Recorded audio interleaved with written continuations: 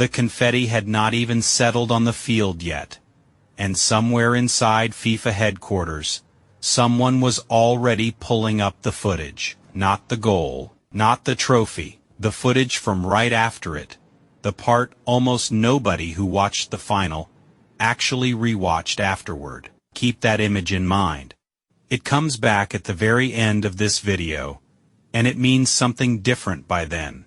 Spain had just won the World Cup. 1-0 extra time. Ferran Torres in the 106th minute. That should have been the end of the story. It was not. Start with what actually happened on the pitch first, because the punishment only makes sense once you understand exactly what it is responding to, as Spain's bench emptied onto the pitch to celebrate. Argentina's Leandro Paredes grabbed Spain's Eric Garcia by the throat and threw him down. When Gavi ran in to pull them apart, Paredes shoved him to the ground too. A few feet away, Nahuel Molina struck Spain's captain Rodri in the chest as he ran past celebrating. Argentina's own assistant coach, Roberto Ayala, was caught on camera in a shoving match with Dani Olmo. Argentina's own defender Nicolas Otamendi was seen in a heated exchange with Rodri, his former Manchester City teammate. Words only, but words that did not look friendly. It took both benches sprinting onto the pitch just to pull it apart, with Lionel Scaloni himself running the length of the field trying to physically separate his own players from Spain's. For 30 seconds, the biggest football match on the planet stopped looking like sports. It looked like a bar fight that happened to have a trophy standing nearby. That is not why FIFA opened an investigation. There was a red card in there somewhere too. Briefly, in the confusion right after the whistle, it looked like Paredes had been sent off for the throat grab. Then FIFA quietly corrected the record. No card had actually been shown on the pitch. Whatever the broadcast graphics suggested in the moment, paper can lose a red card. Video cannot. And that single correction matters more than it sounds, because it means any punishment for Paredes now depends entirely on this investigation succeeding, instead of an automatic ban that should already have been sitting on his file the moment the whistle blew. The real reason FIFA acted came about 90 seconds later, and it was quiet. Spain lined up on the podium to be crowned champions of the world. In a ceremony Spain themselves had extended a guard of honor to Argentina to attend. Argentina's players turned around. They could not change the scoreline, so they changed where they were looking instead. That was the moment the football stopped. Everything after it belonged to a prosecutor. Nobody at that stadium believed a whistle could fix what had just happened on that podium.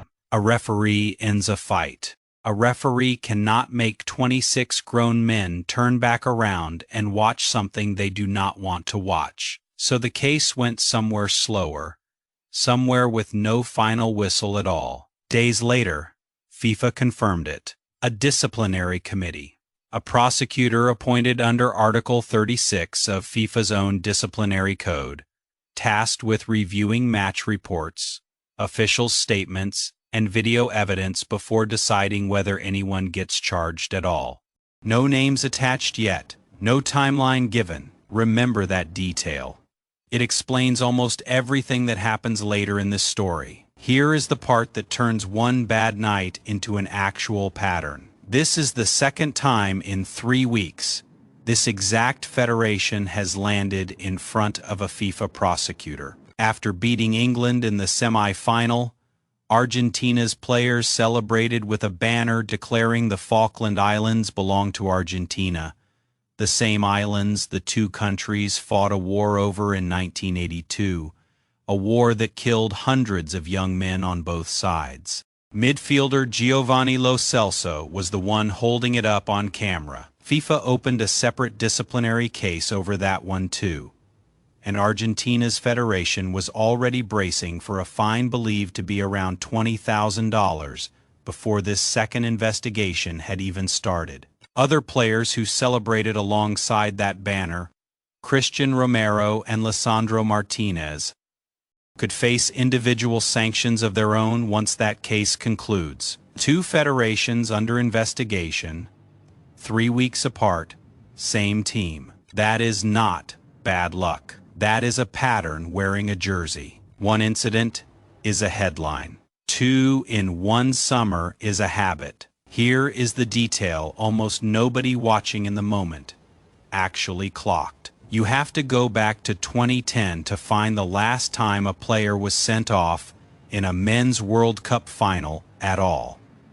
When the Netherlands' John Heitinga walked for a professional foul deep into extra time against Spain.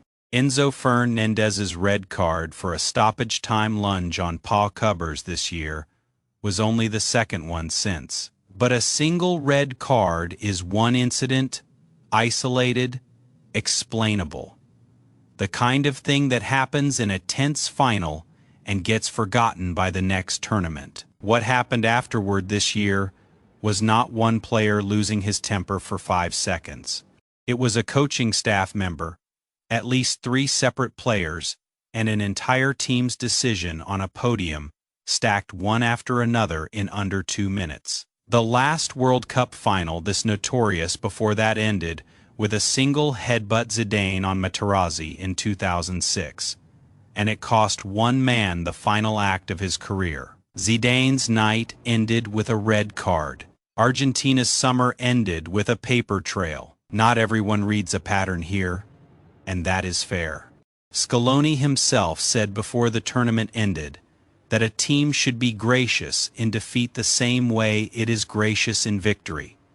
And plenty of neutral fans genuinely believe 90 chaotic seconds after a brutal loss does not define an entire squad. Players carry real emotion off a pitch like that. Especially in a final, they were seconds from taking to penalties. It just was not the read that mattered once the cameras kept rolling on that podium anyway. Wayne Rooney did not hedge when asked about it on air, saying flatly that none of this surprised him, and that Argentina had reacted in a similar way after eliminating England in an earlier round of the same tournament. He was not alone in saying it. Across match broadcasts and post-game panels, several other former players used the same word without being asked to. Pattern. Nobody needed to lead them there. They got there on their own, watching the same footage everyone else was watching, drawing the same line back to Kansas City, back to the semi-final, back to a summer that kept circling the same accusation from a dozen different angles. One side called it a coincidence. Everyone else called it a habit. Here is the part almost nobody expects next. FIFA is not working against any deadline here. No match forces a fast ruling the way one did earlier in the tournament, when a single phone call reversed a suspension in 4 days flat because a team needed to play the very next game. Argentina has nothing scheduled until FIFA's next international window opens between late September and early October, which means the prosecutor can take exactly as long as the prosecutor wants, and almost certainly will. Consider what actually happened the last time Argentina finished a World Cup under this kind of scrutiny. In 2022, after they won the whole tournament, FIFA fined the federation more than $24,000 for offensive behavior and violations of the principles of fair play, months after the celebrations had ended, and the story had moved on to whatever came next in football. Not a single player was suspended from anything, because by the time the ruling landed, there was nothing left on the calendar to suspend them from. A fine mailed quietly, long after anyone outside Argentina was still paying attention. That is very likely the shape of this outcome too. Not a ban. Not a suspension that actually costs anyone a match. An invoice, addressed to a federation, arriving sometime after the next transfer window has already taken over the headlines. A fine is not really a punishment.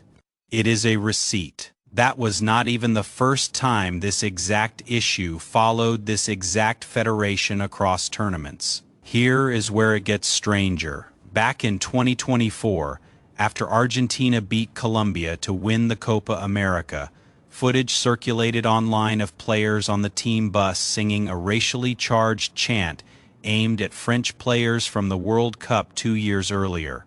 FIFA opened an investigation into that incident too, and Chelsea separately opened its own internal file on Enzo Fernández, who had shared the video from his personal account. FIFA's statement at the time said it condemned all forms of discrimination, wherever it comes from, whether from players, fans, or officials. That case eventually faded from headlines, the way these cases usually do. That is the part almost nobody remembers about these cases. They rarely end with a bang. They end with a statement. Nobody reads twice. So what actually happens if FIFA decides someone here is guilty? Here is the part most fans get wrong. People picture lifetime bans, career-ending suspensions, the kind of punishment that matches how the footage felt in the moment. FIFA almost never works that way. Its disciplinary code allows for individual suspensions, but they are typically measured in matches, not months, and fines that scale with the offense rather than the outrage around it. For a federation already sitting on one open case from 3 weeks earlier, a second finding in the same summer would likely count as an aggravating factor rather than its own separate story. That sounds, on paper, like it should hit harder. In practice, it rarely does. Once a federation with Argentina's leverage in the sport sits down across the table from FIFA's own disciplinary staff,